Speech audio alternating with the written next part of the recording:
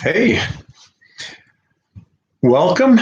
And this is my Wednesday night Bible study for this COVID 19 period. We've been studying on the good news of the good news found in the Old Testament. And so tonight I want to share some more on that. Last week we looked at the Old Testament and New Testament. Scriptures that talked about and forecast prophecies of Jesus' resurrection. This week, we're going to look at some of the good news passages of the Old Testament. And I just want to share you, first of all, with you what the good news is. The good news means the gospel. Okay, it comes from a Greek word, euangelion, something to that effect. And even evangelism comes from this Greek word. And the word is evangelize. And the idea is that you're presenting good news to people. So therefore, you are evangelizing or sharing with them some really good information. And they're good tidings, they're favorable news to those who hear it. And so good news could mean a lot of different things. We generally think of the good news from a New Testament perspective with that idea that the good news of the kingdom, it's the gospel message of Jesus Christ, killed, buried, and resurrected.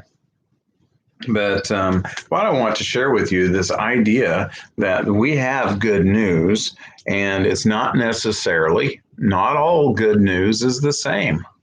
And so this evening, I do want to point out too that I'm on Facebook as well as YouTube simultaneously. So welcome those who watch, and even if you're not watching live or watching it later, that's great. Good news in the Old Testament. I would like to point out a couple. Proverbs, one of my favorite books. A cheerful look brings joy to the heart, and good news gives health to the bones. Oh boy, isn't that true? Maybe you got a raise. Maybe you got your stimulus check. Maybe someone gave you a bonus. Someone time maybe just was really nice to you. That's good news. Or maybe she said yes when you asked her out or to marry. You got a gift card in the mail. Maybe you just got mail. That's good news, right? Well, good news could be a variety of things. And it certainly brings health to the bones when there's really good news to share and good news to hear and certainly to receive. It's from Proverbs 15, verse 30.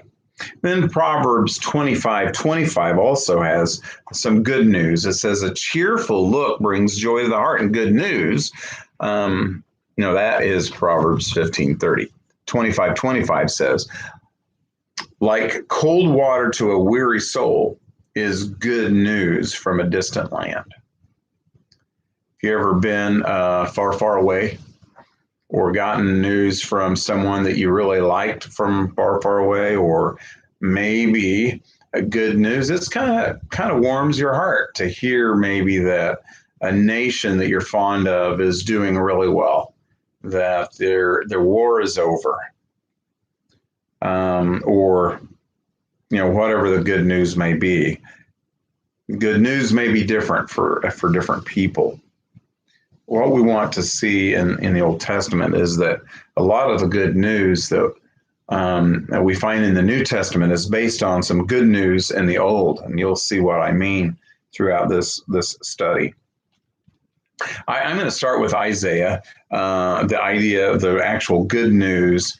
He says in chapter 52:7 that how beautiful on the mountains are the feet of those who bring good news, who proclaim peace, bring good tidings, and who proclaim salvation, who say to Zion, your God reigns. Wow, that is good news to know. Just to be reminded that God is ruling, that God is sovereign. That's good news. Now, you may not believe it. Some people won't hear it, and some people will disagree, and God has given us the freedom to disagree. But it's still good news, and if you believe that, it's refreshing to be reminded of. When in the mountains, you often don't see people. They're not frequent. Depending on, of course, where you are. I did some staying in the Waimanuchi Wilderness area. It's a pretty large area in Colorado for a week at a time here and there with some family who is hunting, and I hunted a few times. I'm not terribly good at that, but yeah, it's enjoyable to be in the mountains. When you're up there, about the only people you see are the people you go up with. And when you do see people, someone else, they're kind of haggard looking, they're tired, maybe they're tree torn, bushwhacked, totally wore out. And their feet, can you imagine 2,000 years ago, 3,000 probably more, when it was written, this passage from Isaiah 57 or 52, verse 7. I'm really messing up on my passages. That many years ago, their shoes wouldn't have had the hard soles that we have. They probably wouldn't be as good. And some people, quite frankly, just didn't wear shoes. Their feet would be dirty, gross, haggard. They're bleeding. But with good news, their feet are beautiful, gorgeous, wonderful to hear someone bringing news of peace, good tidings. It's telling you that, hey, we're saved. The foreign nation is leaving. God rules. Information from other people. Maybe it's just, hey, this is what your family member sent your way, your spouse, your loved one, your son or daughter. It's good news when someone brings that information to you. And that's what Isaiah is talking about. And especially when you're in the mountains all alone. It's good news. It's very good news. What I want to look at this evening is that good news isn't always a term used in the Old Testament when applied. The way I'm going to apply these, use this idea for the stories that we're going to look at in the Old Testament. You don't find the words good news or gospel in the Old Testament for these. They're familiar stories. They may be new ones to you, but they're fairly well known. And I would like to point out that this good news that we have really is founded in the Old Testament. Here's one. Adam and Eve. They were kicked out of the garden, right? Now that is bad news. But the good news is that God provided for them some skin covering made of animal skin. And here's kind of an interesting twist. God provided for them animal skins before he kicked them out of the garden. Chapter 3 of Genesis, verses 21 through verse 23. You can look that up. I think the good news here is 2 points. One, the fact that God just reaches down to mankind to help. He intervenes, he provides, he loves us. God has done that through Jesus. He's done that time and time again as he provides. God reached down to Adam and Eve and provided for them clothing. They had some out of fig leaves, and that I hear is not very comfortable. Never tried it.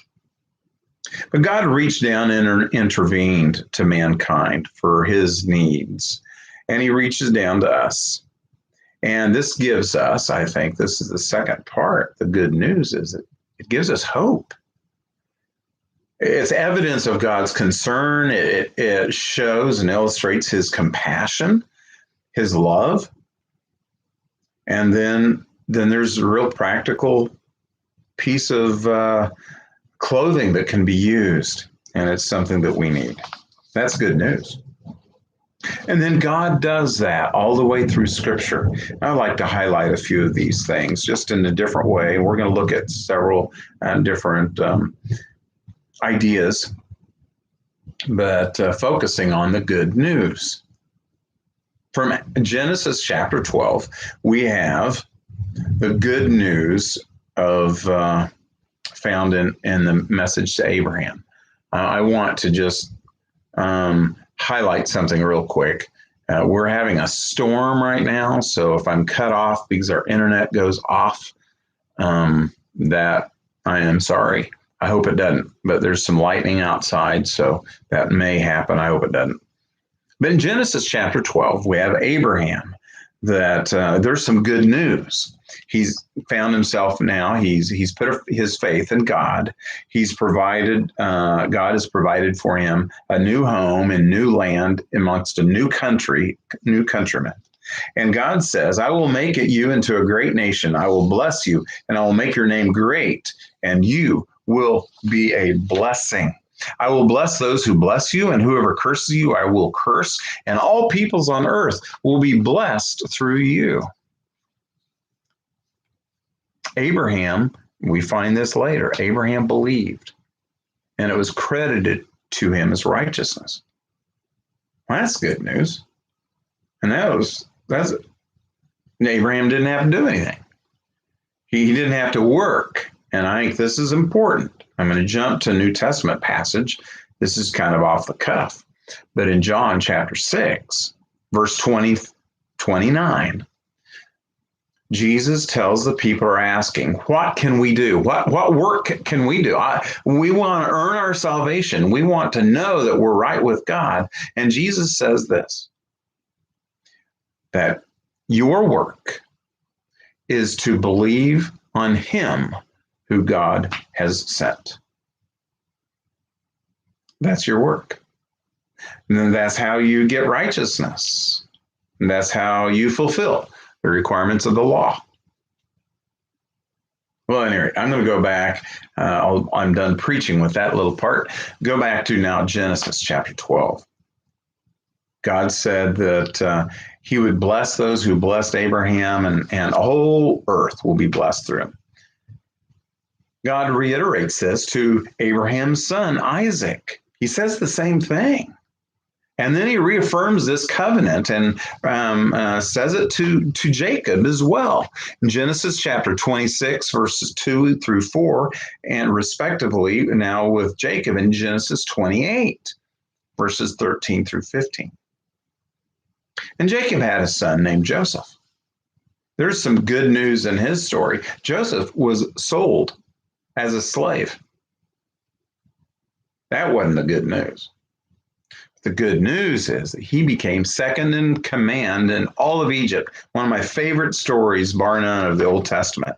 Just all what he works through and how he works with his brothers. And in the end, Joseph said this from Genesis chapter 50. Don't be afraid. You intended to harm me, but God has intended it for good, to accomplish what is now being done, the saving of many lives. Joseph recognized that this was an important intention of God, even though his brothers weren't very kind. And I would like to point out that that is in verse 20 of chapter 50 of Genesis. Very last chapter. That's good news, at least for the brothers. And Joseph forgave them, he loved them, and it was good news for Joseph, and he took it well all along the way, that God was working through him, and God had a greater purpose in mind. And we need to apply this to our life. God always has a greater purpose. It's not just for the day. It's not just for this time.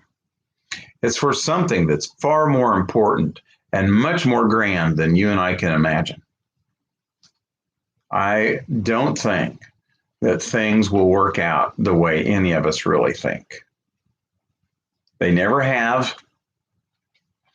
I would illustrate that just really briefly through the teachings or through the miraculous signs and probably the teachings too of Moses and the children of Israel with them leaving Egypt. God could have just snapped his hands. But no, they went through several stages. They worked.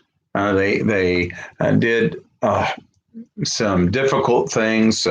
They saw a lot of miracles. But God didn't just snap his fingers. He didn't make it super easy for them to get out of Egypt. They did have to have faith, and I think that's a reoccurring theme, really, with good news. I'd like to go to the next one. Good news also came to Moses and to all the Israelites in the chapter 2 of Exodus, at the last couple of verses. God heard their cries and was concerned about them. God later in chapter 3 of Exodus, he revealed himself to Moses through a burning bush.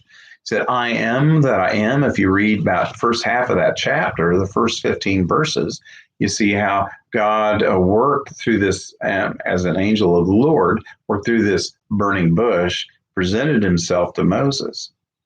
The good news is that God was going to free people. That God was listening, and he heard their prayers. I think this is reflected in the New Testament. These stories of the Old Testament, even the teachings, even the law, the Old Testament has some great value for us as we study and read it. I think there's more good news through God's provisions. All the miracles that God did with the Israelites through Moses, and in all of the departure times of Egypt, and then their following travels, there was a lot of good news. And there were a lot of miracles going on. But what we see is God's provision. What we see in all of this is that God helped, he protected, and time and time and time again, God provided and he guided. And there's more, and I'm gonna highlight this at another time. But I think the whole journey itself could be a study of the good news of God for us even today. And I'll highlight that more next week. That's the Exodus. But there's more good news. There's Joshua and Caleb and all the other judges, and then Samuel. They were people set up to relieve the tension of the Israelites with their neighboring countries, to save them from bondage, to get them free. And they had a tendency to just go back into it. But there is some good news in that. I think there's good news in the kingship of Saul, who really set up David. Now, Saul himself was a problem, but he set up the kingship for David. And there was some good news through the prophets. And I'm going to look at one right now. The prophet is called Balaam, from Numbers chapter 22 through chapter 25. God can provide some good news even through a bad prophet. Balaam, if you remember, he had a talking donkey that tried to get him away from doing some of the things he was doing. But Balaam ended up doing it anyway. He provided, he tried to appease Balak and get money. And he tried to please God and get money at the same time. I think we know that that's not a good deal, that that's not something we should try to do. But he said in chapter 24, verse 7, He was talking about different things about the Israelites, what they would do, and Balaam was trying to get Balaam to curse the Israelites, but Balaam wouldn't. And he said this, after talking about several things, he says that their king will be greater than Agag and their kingdom will be exalted. Well, that doesn't sound like a curse. And I think the king that they were talking about could have been David, maybe Solomon. And I think we can jump ahead and further and apply that to Jesus. The kingdom that Jesus founds is forever. And it's certainly bigger and greater than Agag's. But there's another one in chapter 24, verse 17. Balaam goes ahead and says, I see him, not now. I behold him, not near, a star that comes out of Jacob, a scepter that will rise out of Israel. He will crush the foreheads of Moab and the skulls of all the sons of Sheth. Again, I think he's talking about Jesus here. Moses talked about the prophets and talked about bad ones. He was probably referring to Balak. He's certainly referring to other ones that we can see down the line. In chapter 18, I would just like to highlight this idea of prophets because there's some good news in this. The Lord your God will rise up for you a prophet like me, Moses says. Chapter 18, verse 15. Someone like me from among your own people, you must listen to him.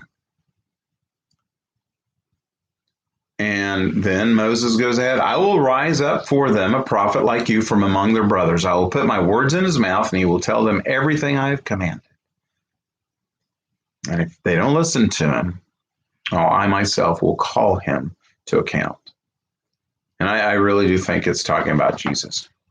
Maybe Elijah. Maybe he was talking about Isaiah, or he was talking about Zechariah. But here in Deuteronomy 18, I think he's talking about and showing and illustrating very clearly that the good prophets do what they say they're going to do, and things will actually happen the way they say they're going to happen.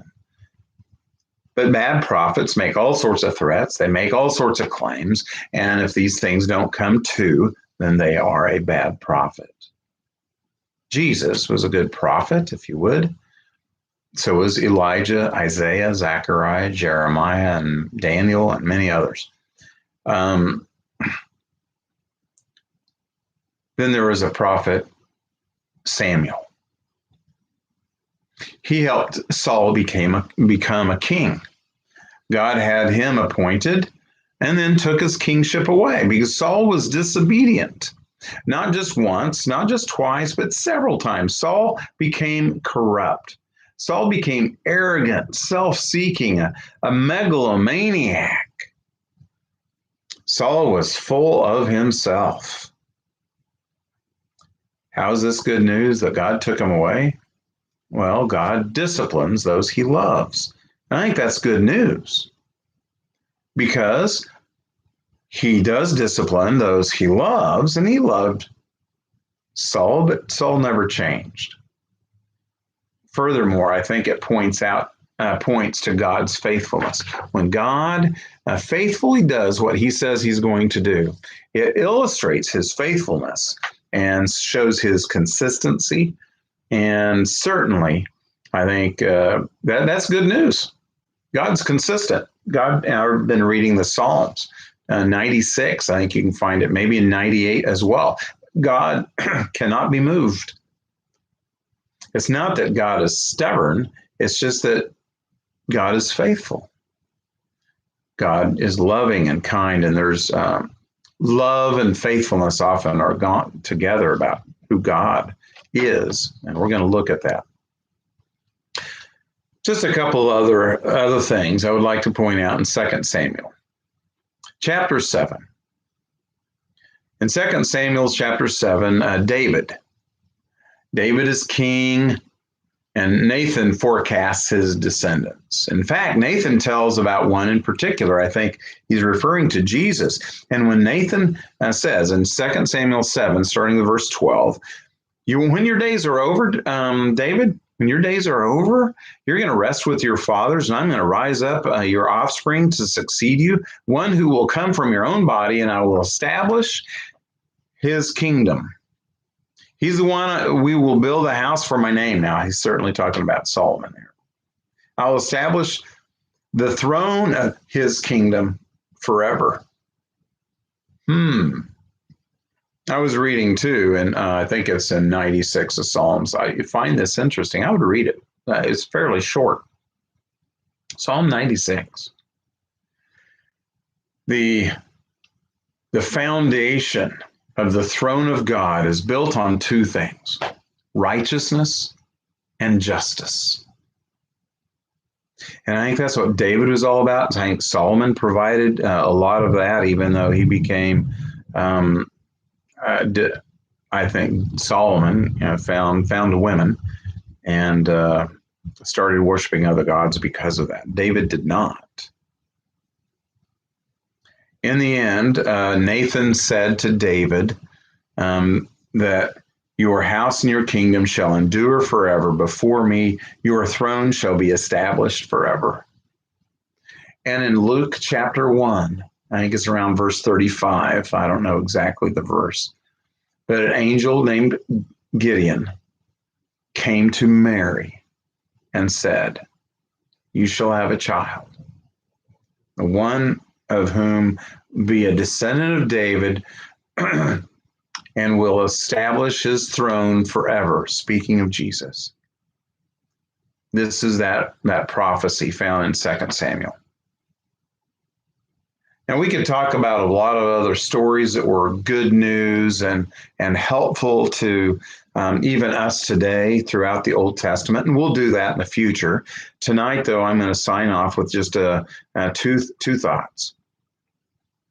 One, I want to remind you of the good news that is the beautiful feet of those who bring good news. And I think some of the best news in the Old Testament is really God himself. I don't hear people talking about this, but I think the reality of it is that God, the very essence of who God is, he's loving, he's faithful, he's compassionate, he's patient, he's generous. Oh, I think God is more generous. God is a giver God. He doesn't lack anything, and he just gives and gives and gives and gives. And he puts up with a lot. He forgives rebellion, wickedness, and sin. I mean, God really is good news. He's just, yeah, he's going to punish those that don't follow. He's going to punish those. He's going to discipline those he loves. But God is good news because God is good. He's loving, he's everlasting, and he is not moved. And here's the deal. God is in control. He reigns.